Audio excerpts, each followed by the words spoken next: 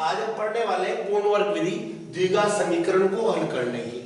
ध्यान दीजिएगा, समीकरण विधि थोड़ी लंबी सी लगती है बच्चों को, लेकिन आप अगर मैंने तो यहाँ स्टेप्स लिखी है, इन स्टेप्स को अगर फॉलो करते हो तो कोई भी क्वेश्चन पूर्ण वर्ग विधि का आप कर सकते हो। ध्यान दीजिए, हमें क्या करना है, हमारे पास समीकरण द्विघात समीकरण ax का स्क्वायर bx प्लस c बराबर 0 के रूप में होती है। तो सबसे पहले हमें जो हमारा अचर पद होता है उसे पीछे भेजेंगे। पीछे का मतलब है RHS में भेजेंगे। 0 के पीछे या तो वो 0 के पीछे हो तो कोई दिक्कत है ही नहीं, अगर नहीं है तो उसे RHS में हम भेजेंगे अचर पद को। फिर इसके बाद एक्स स्क्वायर का जो भी गुणनक हो उसका पूरी समीकरण में भाग देते हैं। पूरी समीकरण में भाग देते हैं हम किसका, एक्स के स्क्वायर के गुणनक का। इन स्टेप्स को फॉलो करने से प्रत्येक क्वेश्चन आपका होने वाला है भाई, तो इसे ध्यान से देख लें। अब क्या करेंगे, जो एक्स का गुणनक आएगा इतना काम करने के बाद उसका हम करेंगे आधा, यानी उसमें 2 का भाग देंगे। फिर उसका वर्ग करेंगे। वर्ग करने के बाद दोनों पक्षों अर्थात LHS और RHS दोनों में वह संख्या हम जोड़ देंगे। अब यहाँ एक चमत्कार ये होगा, इसी स्टेप्स के नाम से इसे पूर्ण वर्ग विधि के नाम से जाना जाता है। आपके LHS में या तो a प्लस बी के होल स्क्वायर का फॉर्मूला बढ़ने वाला होगा या फिर a माइनस बी के होल स्क्वायर का फॉर्मूला बनेगा। जब ये पूर्ण वर्ग बन जाएगा तब अपन दोनों पक्षों का क्या करेंगे, वर्गमूल लेंगे और इसके बाद एक बार आप प्लस लेकर और एक बार माइनस लेके इसे हल कर लेंगे और आपके मूल आ जाएंगे।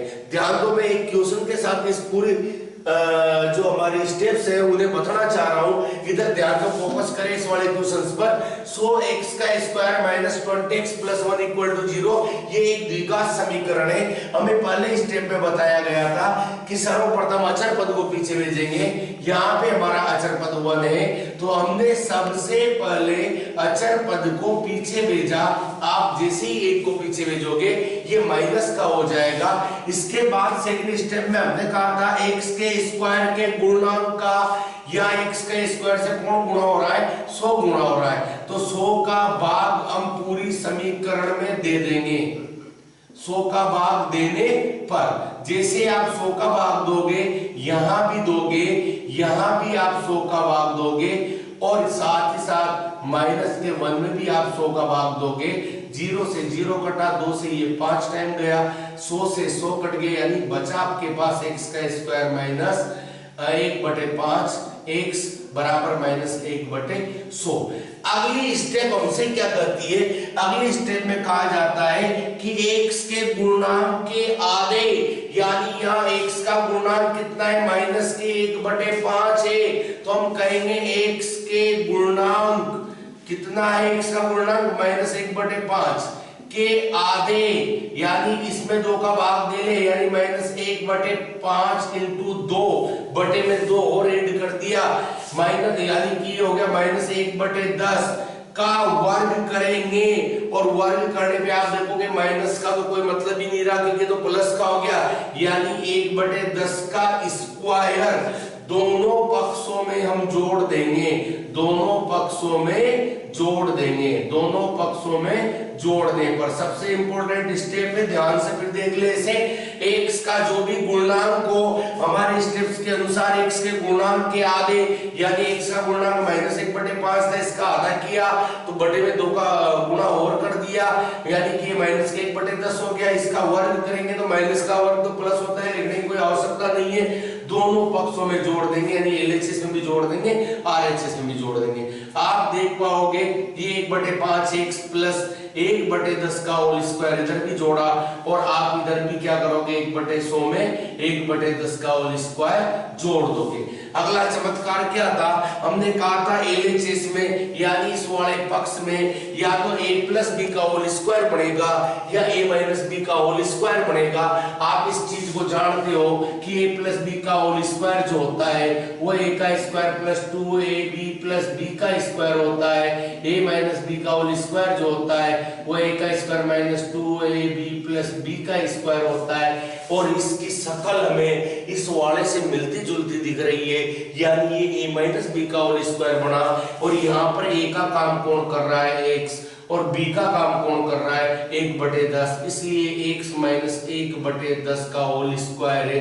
ना मानो, अगर विश्वास ना हो तो इसे इस वाले फॉर्मूले से खोल के देख लेना, आपकी यही वाली संख्या आपको मिलने वाली है। और इधर जब आप पर देखेंगे तो माइनस के 1/100 प्लस के 1/100 आएंगे, क्योंकि 10 का स्क्वायर 100 हो जाएगा। प्लस के 1/100 माइनस के 1/100 मीन्स आया 0, x माइनस 1/10 के होल स्क्वायर के बराबर। अब आपको अगली स्टेप में बताया गया था दोनों पक्षों का वर्गमूल लेते हैं, या यूं कहो इसका स्क्वायर हटाया x माइनस 1/10 का, तो सामने वाले के ऊपर प्लस माइनस रूट लग गया।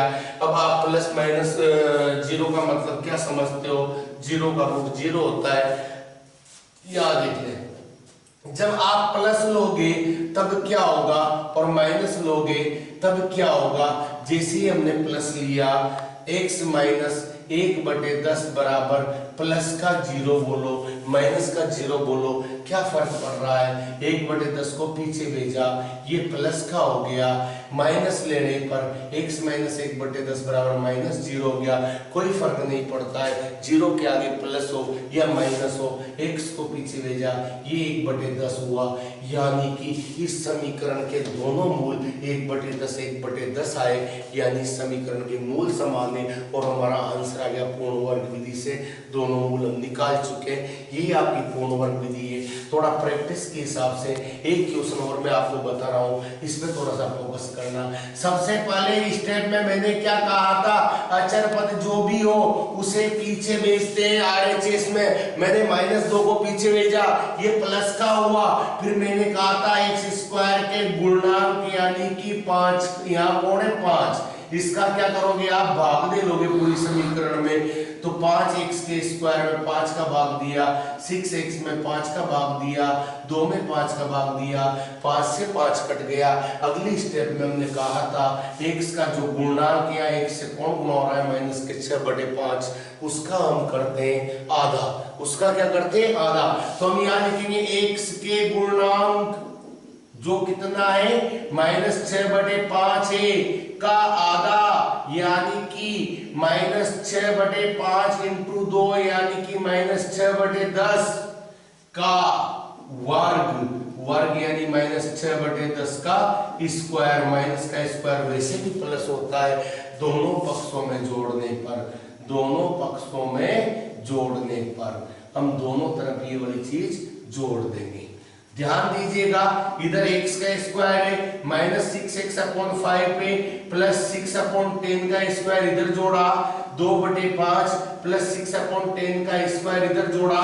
ज्यादा दिमाग कतई ना लगाए, यहाँ अगर माइनस आ रहा है तो ये a माइनस बी का निश्चित रूप से फॉर्मूला है, या यहाँ पे प्लस आ रहा है तो ये a प्लस बी का फॉर्मूला है, ये 100% श्योर है।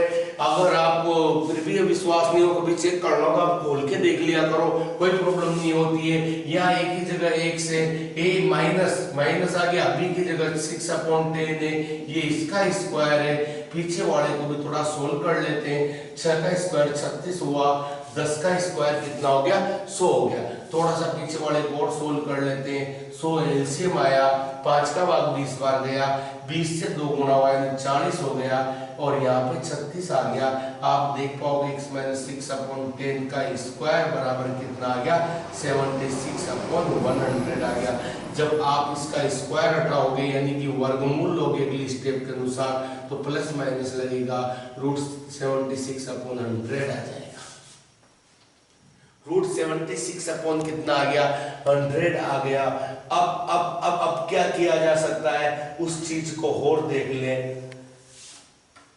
देखना, आप चाहो तो ये कर लीजिएगा कि सर रूट 76 को तो रहने दो, बट 100 का रूट कितना होता है, 10 होता है।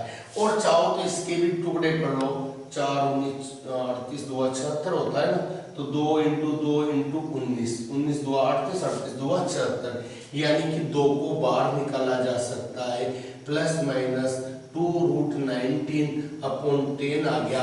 एक बार प्लस ले लेंगे, एक बार माइनस ले लेंगे और ये सवाल सोल्व हो जाएगा। देखना x की जब अपन प्लस लेते हैं तो प्लस लेने पर क्या होगा और माइनस लेने पर क्या होगा। जैसे आपने प्लस लिया तो इसकी वैल्यू 2√19/10 हो गई, माइनस लेने पर x - 6/10 की वैल्यू -2√19/10 हो गई। हम 6/10 को पीछे भेजेंगे, ये 6/10 प्लस का हो गया, प्लस के 2√19/10 है। चाहो तो आप तो ऐसे ही आंसर दे दो, कुछ कट भी रहा है कॉमन लेके काटा भी जा सकता है, या फिर ऐसे ही लिख दो। इधर आपने इसको पीछे भेजा 6/10 - 2√19/10 है, एलसीएम 10 आया, 6 - 2 19 आ गया। चाहो तो यहाँ भी 2 कॉमन ले लो, 3 - √19 बचेगा, अपॉन में 10 है, ये 5 टाइम कटा तो 3 - √19/5 यहाँ पे आया। और यहाँ भी आप अगर 2 कॉमन लोगे 3 + √19 बचेगा, अपॉन में 10 है, 5 टाइम ये चला गया, x = 3 + √19/5। उम्मीद करता हूँ आपको इसका बेसिक जो है वो समझ में आया होगा। और इसी के साथ हमारी प्रतिस्थापन विधि भी कंप्लीट हुई। आप सभी से यही अनुरोध है